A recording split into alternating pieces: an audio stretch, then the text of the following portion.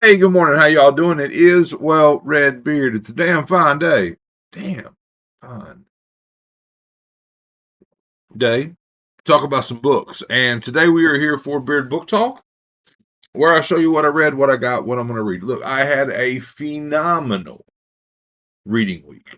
I actually finished a book, finished two books that I'd previously started, um, read five books front to back, got further in my 1,200 page audio book, and then started two additional books after that. And I think what's going on here is I've often talked about my kids growing up and leaving the house. My responsibilities are not what they once were. And really, what that comes down to is on Tuesdays and Thursdays, I used to always have to take my son somewhere, and now I don't. He handles that shit on his own. And my wife is super, super into reading right now. I mean, she's always been a reader, but she's also an English professor and sometimes doesn't find the time to read for fun. But right now, she is maximizing her time and reading for fun, and so it opens up my ability to read more for fun. So I just had a killer week. I mean, and didn't set out to do it. Just this weekend didn't have a ton going on, and read quite a bit this weekend as well. So I read a bunch. I got a bunch, and I'll show you kind of what I'm working on. So let's get into it.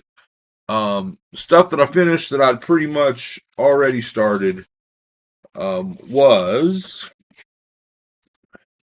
Wake Up and Open Your Eyes by Clay McLeod Chapman. This was a 3 to mid 3 star read for me. I liked it. I felt that we spent a long time on certain situations that could have. I mean, to be a I don't know what it is, 350, 360 page book.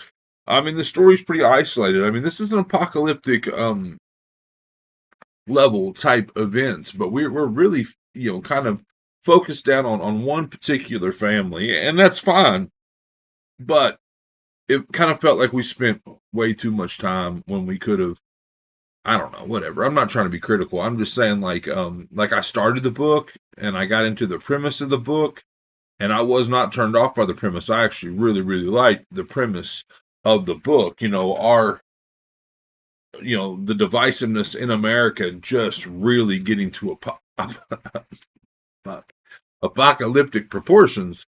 But then after I got into it, and I mean, there's the story's told in like 3 parts, and there's not really any chapter breaks. So I mean, I kept flipping pages, and I was like, well, we're still here. Like we're still like kind of in the opening scene, and then we're like 70 pages into the book. So anyway, I just had a couple little things with it that kind of turned me off a little bit, but 3 stars for sure. So yeah, I read that one.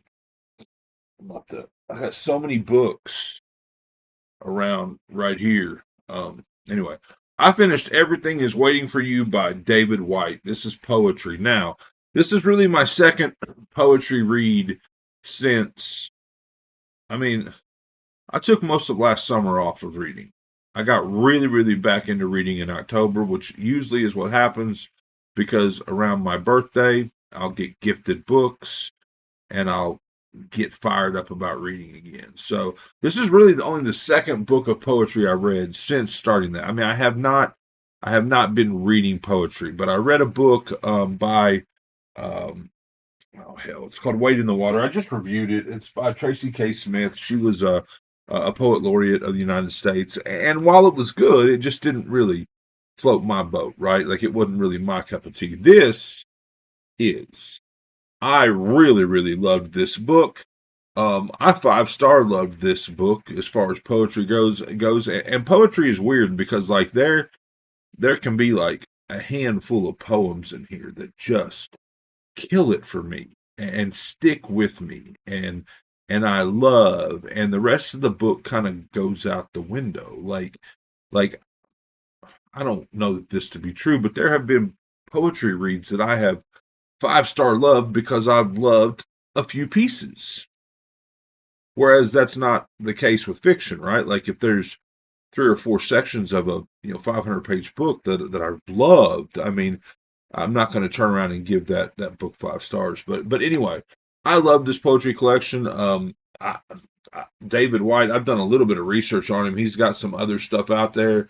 And I've already picked up one of his other books, and I'm going to pick up more. Like, he feels like he might be my poetry cup of tea. I mean, at least for 2025. I mean, like I said, I just kind of lucked into this. My wife bought this book on a whim at Half Price Books, along with the other one, along with the Tracy K. Smith book. She read them both, and then I read them both, and yeah, I really, really like this book. Everything is waiting for you. Okay, so after I finished Open Your Eyes, I had read a Pulitzer book, the Louise Erdrich Night Watchman book, and Open Your Eyes. Both of them 400-ish page books. I wanted to read a couple short ones. I had picked up a couple short ones that I'd picked them up as like side pickups to a book I was buying on Pango. I did not want to read Carlton Mellick. There you go, Mudge. I did not want to read Carlton Mellick. I had a couple really short books, and I read King of Souls by Brian Knight. I've already got a review up for this. This is like 45, 50 pages. I really like this book. 4-star liked this book. Loved the setting. And I'll leave it at that. You go check out the review if you're interested. But this is King of Souls by Brian Knight. I have since... Now, this is a signed limited edition to like 300 copies. And again, I got it for $1 on Pango. So, that just says, keep your eyes open. But because you can't buy this book for less than like 20 or 25 on eBay, which I would have never read it. If I didn't pick this up for $1, I never would have read it. I never would have found Brian Knight. And yeah, it's got a intro by Tim Wagner, who I am familiar with, but I was not familiar with Brian Knight, but really, really liked this. 4-star liked it. I read Pieces of Hate by Tim Levin. This is a pirate story about a couple immortal beings hunting each other down over the centuries. It was fine. There was nothing wrong with it. I like Tim Levin's other work. I just didn't really love this story. I gave this book 2 stars. This is Pieces of Hate by Tim Levin. So I read a couple of short books, and then I kind of felt, all right, palate cleanse. Let's dive into my next Pulitzer read. And so I read The Nickel Boys by Colson Whitehead. I liked this book, 3 to 3.5 star. Liked this book. What I will say about it, and I haven't reviewed it yet, is it's about like mid 1900s, so 1950-ish, reformatory in Florida, and just Jim Crow era, just the absolute mistreatment of African American kids in this place. And what I will say about it is, and I believe this one came out first, so it gets some credit, but it's loosely framed up about a particular school, and I've read a second novel that is framed up about that same particular school, and that second novel is about 250 or so more pages than this. It's a much, in my opinion, in-depth story, and it throws in a lot of elements that I love, horror elements, that this one kind of, I mean, don't get me wrong, mistreatment of kids is horror, but anyway, the point I'm trying to make is that The Reformatory by Tanana Rive-Du is about this exact same place, and I 5-star loved that book. So, but that said, that I don't. Anyway, it did not get Pulitzer consideration, is my understanding, while this one did. So, 3 to 3.5 stars on this. I liked this book, but to be honest with you, after having read The Reformatory, this one just landed slightly flat.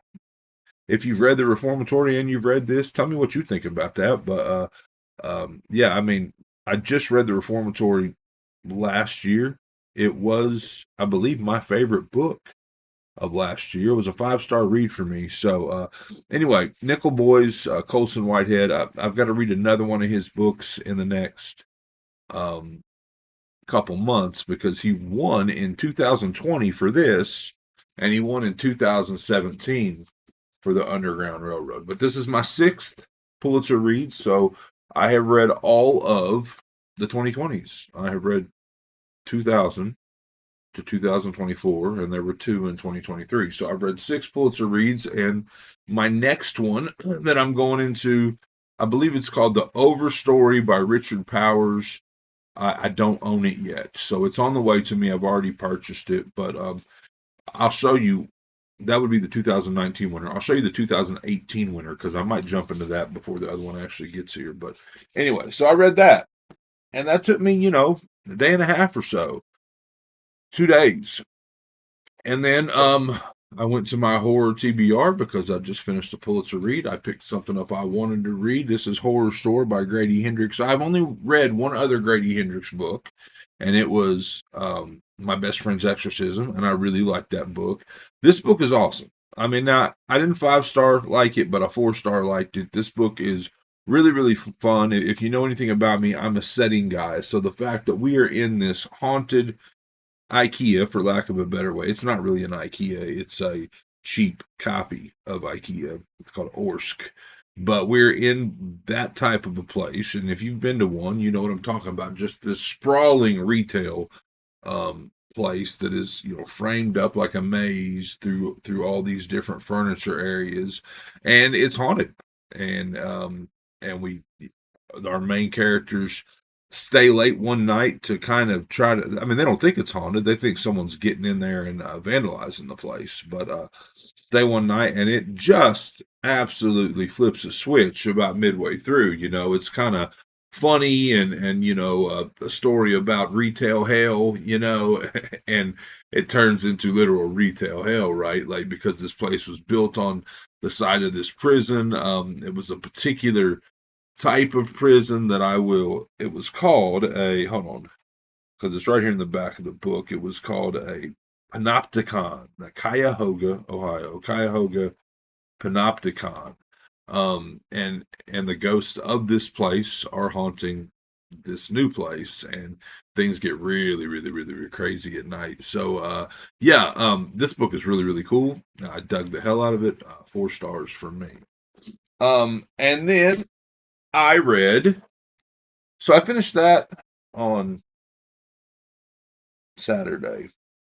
I read this book in Sunday, front to back, and I don't often do that, but like I said, I am consciously reading every morning. I mean, consciously getting up and not picking up the phone, getting up, trying to walk, because I walk 10,000 steps a day. That's one of my little things, or 10,000 minimum, but trying to really get up and walk a mile while reading. And I know, how do you walk and read, people? But I walk around the house. I mean, I've got like a path around the kitchen, or if it's warm, got a nice little sidewalk outside that I walk back and forth on it, and I read it. And my goal is to kind of get because so many times I've maybe slept a little bit late, rushed straight into whatever I was doing, and then been sitting there at 10 o'clock at night and realizing that I need like 4,000 steps to get my goal. And so, like, I'm really trying to walk at a minimum a mile, like first thing when I get up, like roughly 2,000 steps. And so walk and read. Anyway, the point is that I read a bunch on Sunday morning, and then I read a bunch Sunday night, and I finished Seed by Ania Alborn. I really like this book too. It was a 4-star read for me, not 5. I mean, it was, there are parts of this book where I was like, this is my favorite Ania Alborn that I've read. It's at least second. I've read 1, 2, 3, 4. This is the 5th one. This is my 5th Ania Alborn read, but I'm not sure that it's going to replace Within These Walls as my favorite, but we'll see. But it's definitely at a minimum, I think. Man, they're all good. That's the key. That's the thing. They've all been, except for one, which was a novella. We won't talk about it, but they were all 4-star reads for me. Varying levels, of course. This one I really thought, like, getting into it, I thought it was going to be a 5-star read. I thought, this is going to be 5 stars, it's going to be my top, but I don't know. So anyway, Seed by Ania Alborn. I finished this as well. I am getting really, really close on finishing A Storm of Swords. I've I don't know. I'm on page like 900 something. So I got like 300 pages left in it, but this should wrap up this week. And then I'm not sure what I'm going back to audio wise. I'm definitely going to take a break from this and do a different audio book, and then go into book 4 here. But so getting close on that. I also started. So I've been watching a lot of videos. This guy Ryan Holiday on YouTube. He's got a bookstore. He's a writer, but a lot of it feels like self-help, type inspirational stuff, which I like. Like I like that type of stuff. Like I read David Goggins' first book. I'm still a football coach for about 7, 8 more months, and I'm very into like inspirational type things, like Memento Mori and shit like that. And this guy kind of seems to write a lot of stuff like that. But he's got this bookstore, and he brings famous people in. And well, I mean, I don't want to say famous, like because the only one that I really knew of was Matthew McConaughey, but a lot of like other authors and like people, and then like he just gives them books, like they just walk around his bookstore. And his bookstore is not like a bookstore. It's only books that him and his wife love. So like it's where most bookstores carry, let's just say for example, 10,000 titles, he carries like 1,000 titles, right? And but anyway, a lot of talk about books, and it's a lot of it's pretty much all nonfiction, not all nonfiction, but then also a lot of kind of self-help stuff. So I've been watching a lot of these videos, and I've been getting into that. I've been wanting to add nonfiction back in again. So I have picked up a couple books that keep coming up on that video or on those videos. But anyway, while waiting for them, I picked up Atomic Habits by James Clear. I don't know much about this book. I mean, I have read half of it, and I have liked some of it. I mean, a lot of it feels like common sense, but also like, oh, why didn't I think of that type stuff? But I've had a couple copies of this that I've picked up at random, like thrift stores and whatnot, only to sell. I had one on the shelf, and so I picked it up yesterday, I guess.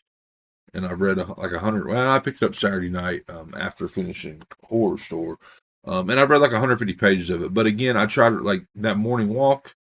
I'm trying to read nonfiction at a minimum during that, and do 10 to 20 pages of nonfiction a day at least. So I'm reading that. And then last night, like I said, I'd finished Seed. I'd read a little bit of Atomic Habits, and I was going to crash out, and I was like, let's go ahead and grab the next fiction book and at least crack the cover, right? So I picked up White Horse by Erica T. Worth, and I've read like the first 20 pages of it. And so that is everything that I've read. So, again, the stuff I'm working on are right here. And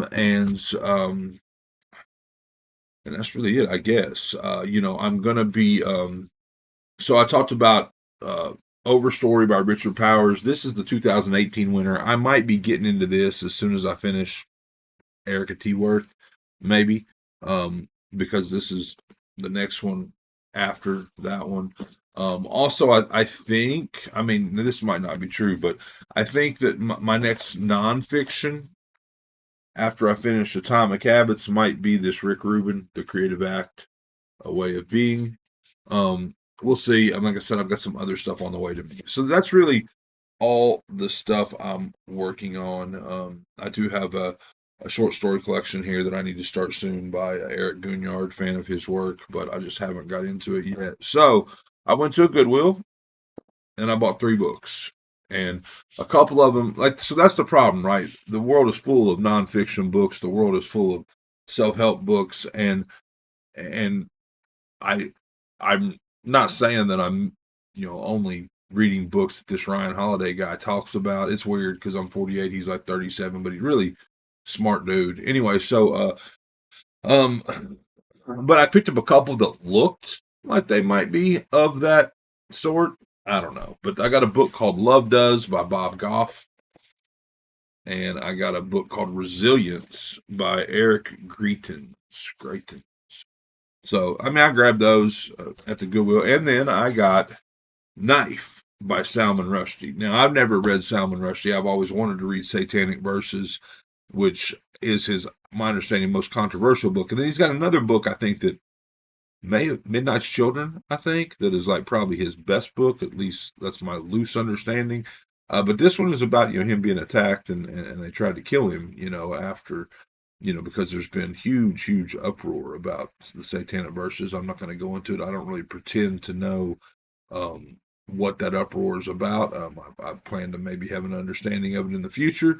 But anyway, pick this up at the local Goodwill. And then because I read Wake Up and Open Your Eyes, I've grabbed a couple other Clay McLeod Chapman books. These were eBay.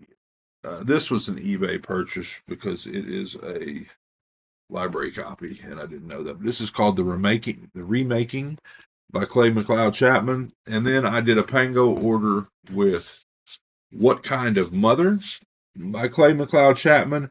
And with that book, I also picked up The Collective by Allison Galen because I have read it. I don't remember a ton about it, um, but I've read it and I needed it for my shelf. So, and it was like $3, and you know how it is. You buy a book on, well, if you don't, but you probably do. You buy a book on Pango and it's like $4 or something, but then like $5 shipping, and then you add another book to it and your shipping doesn't really go up at all. So that's kind of what I did there. But anyway, that's it. That's everything I got. This has been a pretty big wrap up. Like I said, I got through a shit ton of books, which is great.